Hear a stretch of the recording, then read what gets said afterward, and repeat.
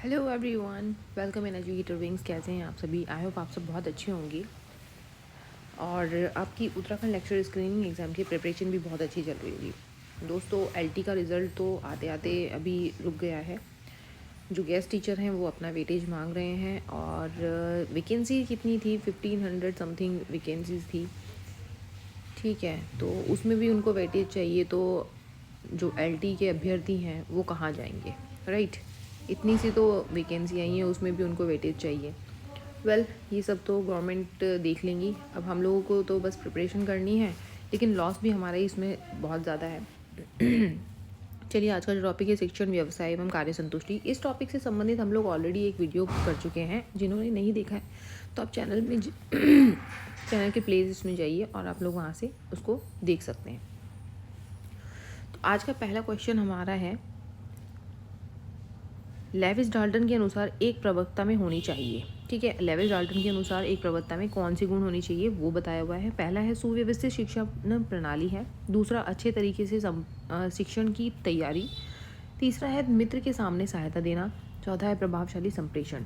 तो उपरोक्त कथनों में से कौन सा कथन सही है ये बताना है। अब देखो, लेविस डाल्टन ने जो प्रवक्ता के गुण बताए हैं तो ये सभी गुण सही हैं।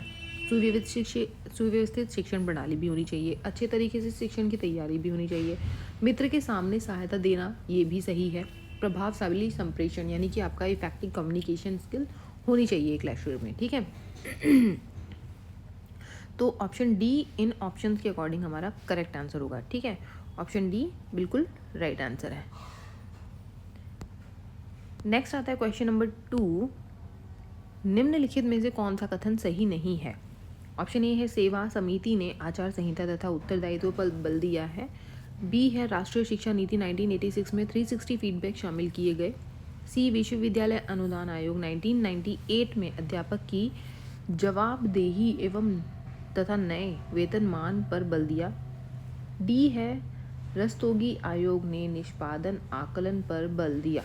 तो करेक्ट आंसर हमारा यहाँ होगा ऑप्शन डी, जो कि सही नहीं है। बाकी सारे ऑप्शन ए बी सी सही हैं। डी जो है रस्तोगी आयोग ने निष्पादन आकलन पर बल दिया, तो इन्होंने निष्पादन आकलन पर बल नहीं दिया है। ठीक है, तो नेक्स्ट आता है क्वेश्चन नंबर 3, राष्ट्रीय शिक्षा परिषद की स्थापना कब की गई? 1972, 1973, 1974 और 1975। तो करेक्ट आंसर हमारा यहाँ पर होगा 1973। राष्ट्रीय शिक्षा परिषद की स्थापना कब की गई? ऑप्शन बी यहाँ पर करेक्ट है, 1973। नेक्स्ट है क्वेश्चन नंबर 4, निम्नलिखित में से कौन सा कार्य विश्वविद्यालय अनुदान आयोग का नहीं है? ऑप्शन ए है विश्वविद्यालय के विकास के लिए आर्थिक सहायता प्रदान करना। बी है नए विश्वविद्यालयों की स्थापना के लिए राज्य सरकारों को परामर्श देना। सी है विभिन्न विश्वविद्यालयों के कुलपतियों की नियुक्ति करना। और डी है उच्च स्तरीय अनुसंधान कार्य और शिक्षण कार्यों को बढ़ावा देना और इसके लिए आर्थिक सहायता प्रदान करना। अब देखो, विश्वविद्यालय अनुदान आयोग का कार्य नहीं है, ये जो यूजीसी है उसका कार्य नहीं है, ये बोला है इन्होंने। ठीक है, तो देखो, आर्थिक सहायता प्रदान करता है यूनिवर्सिटीज़ को, ठीक है, उनके डेवलपमेंट के लिए। बी ऑप्शन जो है, जो नई यूनिवर्सिटीज़ की स्थापना होती है उसमें राज्य सरकारों को परामर्श भी देता है, करेक्ट है। डी ऑप्शन जो है, जो उच्च स्तरीय अनुसंधान कार्य हैं, ठीक है, और शिक्षण कार्यों को बढ़ावा भी देता है और आर्थिक सहायता उनको प्रदान भी करता है। तो सी ऑप्शन जो है कुलपतियों की नियुक्ति करता है, ये यूजीसी का कार्य नहीं है। ठीक है, ऑप्शन सी यहाँ पर करेक्ट आंसर हो जाएगा। नेक्स्ट आता है क्वेश्चन नंबर 5, शैक्षिक स्तर पर मूल्यांकन करते हुए मूल्यांकन को एक क्रमबद्ध प्रक्रिया के रूप में परिभाषित किया जाए, यह कथन किसका है? ऑप्शन ए है रॉबर्ट ग्लैमर, बी दांडेकर, सी बुन्स जे जुयाइंस, डी है ए एस वॉट। तो राइट आंसर है हमारा ऑप्शन बी। ये जो कथन है ना, तो ये कथन याद कर लीजिएगा अच्छे से क्योंकि ये पूछे जाते हैं, इम्पॉर्टेंट है। नेक्स्ट है question number 6, A S what तथा मीजल ने प्रभावशाली अध्यापक के लिए निम्न में से कौन से मानदंड का प्रयोग नहीं किया है? ऑप्शन ए है योग्यता मानदंड, बी प्रक्रिया मानदंड, सी उत्पादक मानदंड और डी शैक्षिक मानदंड। तो राइट आंसर हमारा इसका है शैक्षिक मानदंड।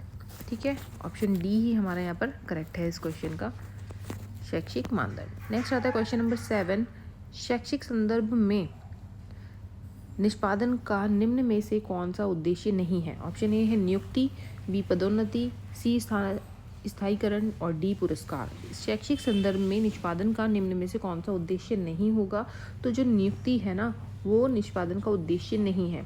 देखो, शैक्षिक निष्पादन के लिए पदोन्नति चाहिए, स्थायीकरण चाहिए, पुरस्कार होना चाहिए, लेकिन जो अपॉइंटमेंट है, नियुक्त करना होता है, वो नहीं आता है। ठीक है, ऑप्शन ए 7 क्वेश्चन का करेक्ट आंसर है। नेक्स्ट आता है क्वेश्चन नंबर 8। सामान्यतः भिन्न लिंगी छात्र छात्राएं तथा भिन्न लिंगी अध्यापकों में वस्तुनिष्ठता होती है। ऑप्शन ए है असमान, बी समान, सी बहुत अधिक और डी बहुत कम। तो सामान्य जो भिन्न लिंगी छात्र छात्राएं हैं, भिन्न लिंगी अध्यापकों में वस्तुनिष्ठता होती है, कैसी होती है? तो ये समान होती है उनकी। ठीक है, वस्तुनिष्ठता उनकी समान होती है। ऑप्शन बी यहाँ पर करेक्ट होगा 8th क्वेश्चन का। नेक्स्ट आता है क्वेश्चन नंबर 9। भारतीय परिस्थिति में विद्यालय व्यवस्था के अनावरण के मूल्यांकन के लिए किस प्रश्नावली को अपनाया गया है? ऑप्शन ए है वुज प्रश्नावली, बी है हॉलपिन प्रश्नावली, सी सैन प्रश्नावली और डी मल्होत्रा प्रश्नावली। तो देखो, भारतीय परिस्थिति में जो विद्यालय व्यवस्था के अनावरण के मूल्यांकन के लिए जो प्रश्नावली का अपनाया गया है ना, वो हॉलपिन प्रश्नावली है। ठीक है, ऑप्शन बी यहाँ पर इस क्वेश्चन का करेक्ट आंसर है। ठीक है, 9th क्वेश्चन का राइट आंसर है ऑप्शन बी, हॉलपिन प्रश्नावली। नेक्स्ट आता है क्वेश्चन नंबर 10। निम्नलिखित में से कौन सा युग्म सही नहीं है? ऑप्शन ए है एम.एड कक्षा की शुरुआत 1936 से हुई। ठीक है, बी पीएचडी शुरुआत जो है पीएचडी की शिक्षा की शुरुआत 1943 से हुई। सी है एमफिल कक्षाओं का प्रारंभ 1944 से हुआ। डी है राष्ट्रीय शिक्षा परिषद की स्थापना 1973 से हुई। ठीक है, तो कौन से इसमें सही सम्मिलित नहीं है वो बताना है हमें। एम.एड कक्षा की शुरुआत 1936 से हुई, बिल्कुल सही है। पीएचडी की शुरुआत 1943 से हो गई थी।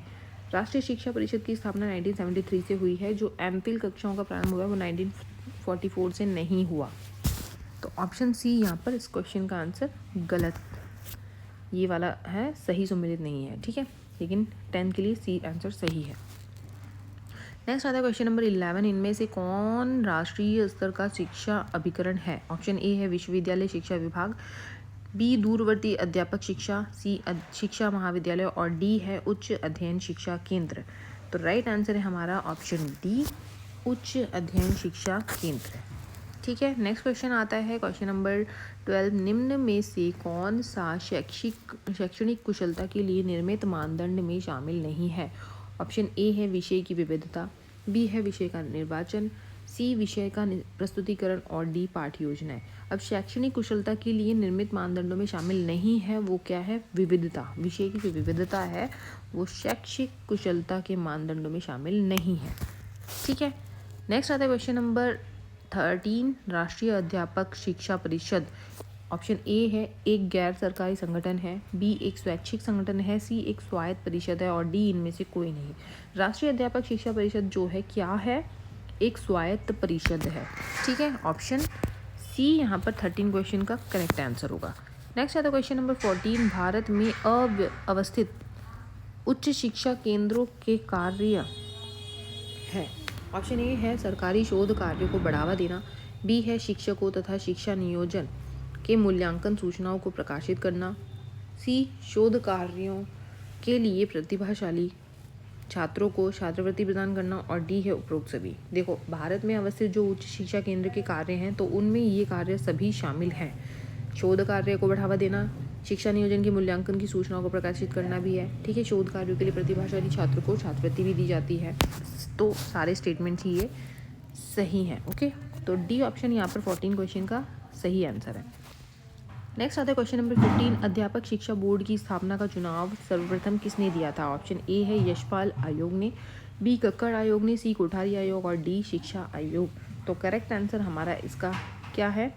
आंसर इसका करेक्ट है कोठारी आयोग। ठीक है, अध्यापक शिक्षा बोर्ड की स्थापना का चुनाव सर्वप्रथम किसने दिया? कोठारी आयोग ने दिया। तो ऑप्शन सी इस क्वेश्चन का करेक्ट आंसर है। नेक्स्ट आता है क्वेश्चन नंबर 16। रस्तोगी आयोग ने किस बात पर बल दिया था? ऑप्शन ए है आत्मनिरीक्षण, बी आत्म साक्षात्कार, सी है आत्म मूल्यांकन और डी है आत्म निर्णय। तो करेक्ट आंसर है इस क्वेश्चन का ऑप्शन सी, आत्म मूल्यांकन। नेक्स्ट आता है क्वेश्चन नंबर 17। अध्यापक शिक्षा के साधनों का विभाजन कितने स्तरों पर किया गया? ऑप्शन ए है 1 स्तर पर, बी 2 स्तर पर, सी 3 स्तर पर और डी 4 स्तर पर। तो करेक्ट आंसर है अध्यापक शिक्षा के साधनों का विभाजन 2 स्तरों पर किया गया। ओके, तो आंसर हमारा बी 17 क्वेश्चन का राइट आंसर है। नेक्स्ट आता है क्वेश्चन नंबर 18। किस आयोग ने यह कहा कि अध्यापकों का निष्पादन मूल्यांकन किया जाए तभी वे नए वेतन की प्राप्ति कर सकते हैं? ऑप्शन ए है विश्वविद्यालय अनुदान आयोग, बी राष्ट्रीय शिक्षा आयोग, सी रस्तोगी आयोग और डी वेतन आयोग। तो करेक्ट आंसर है हमारा विश्वविद्यालय अनुदान आयोग यानी कि यूजीसी। देखिए दोस्तों, स्टेटमेंट जो है वो बहुत ही अच्छे से पढ़ करके जाना, कई बार क्वेश्चंस रिपीट होते हैं, ठीक है, तो ऐसे क्वेश्चन को बिल्कुल अच्छे से याद करना है। नेक्स्ट है आपका 19 क्वेश्चन। कक्षा के आधार पर वर्ष 1991 में शोध अध्ययन किसने किया था? ऑप्शन ए है मार्शल, बी डंकिन, सी है फ्रैंकिन और डी ब्राउन। तो राइट आंसर हमारा है फ्रैंकिन, ठीक है। कक्षा के आधार पर 1991 में शोध अध्ययन किसने किया था? फ्रैंकिन ने दिया था। नेक्स्ट आता है क्वेश्चन नंबर 20। निम्नलिखित में कहाँ राष्ट्रीय शैक्षिक अनुसंधान एवं प्रशिक्षण परिषद NCERT का क्षेत्रीय महाविद्यालय नहीं है? ऑप्शन ए है अजमेर, बी मैसूर, सी भुवनेश्वर और डी कोलकाता। तो करेक्ट आंसर है कोलकाता, ठीक है, जहाँ पर NCERT का महाविद्यालय नहीं है, ठीक है। तो राइट आंसर हो जाएगा इस क्वेश्चन का ऑप्शन डी। तो दोस्तों ये थे हमारे आज के 20 क्वेश्चंस जो कि काफ़ी इंपॉर्टेंट है। चैप्टर वाइज यहाँ पर क्वेश्चंस मैं आप लोगों को अवेलेबल करा रही हूँ, तो आप लोग टॉपिक पढ़िए, चैप्टर पढ़िए, उसके बाद यहाँ पर क्वेश्चन सॉल्व कीजिए। आप लोगों के लिए ही बेनिफिशियल होगा, क्योंकि आपका टॉपिक जब क्लियर हो जाएगा ना और उसके बाद आप लोग क्वेश्चंस करते हैं तो आपको काफ़ी अच्छा आप में इम्प्रूवमेंट दिखेगा कि हाँ मुझे मेरा टॉपिक क्लियर हो गया है, मुझे याद हो गया कि मैं उस पर बेस्ड क्वेश्चन सॉल्व कर पा रहा हूँ या कर पा रही हूँ, ठीक है। तो दोस्तों जिन्होंने भी चैनल को सब्सक्राइब नहीं किया है वो प्लीज़ चैनल को सब्सक्राइब कर लें, जुड़ जाइए चैनल के साथ में। हम लोग यहाँ पर कर रहे हैं उत्तराखंड लेक्चर स्क्रीनिंग एग्ज़ाम की प्रिपरेशन। अब हम लोग नेक्स्ट हमारा जो चैप्टर शुरू करेंगे वो है हमारा उत्तराखंड जीके, ठीक है। तो इस चैप्टर के तो इतने ही पार्ट हैं इस चैप्टर के। नेक्स्ट हमारा जो है उत्तराखंड जीके का हम लोग स्टार्ट करेंगे और साथ ही हमारा जो टीचिंग एप्टीट्यूड के अदर टॉपिक्स हैं वो भी चलते रहेंगे। तो जिन्होंने चैनल सब्सक्राइब नहीं किया वो चैनल को सब्सक्राइब ज़रूर कर लें। आज के लिए बस इतना ही, नेक्स्ट वीडियो जल्दी अपलोड होगी। Till then bye bye and take care.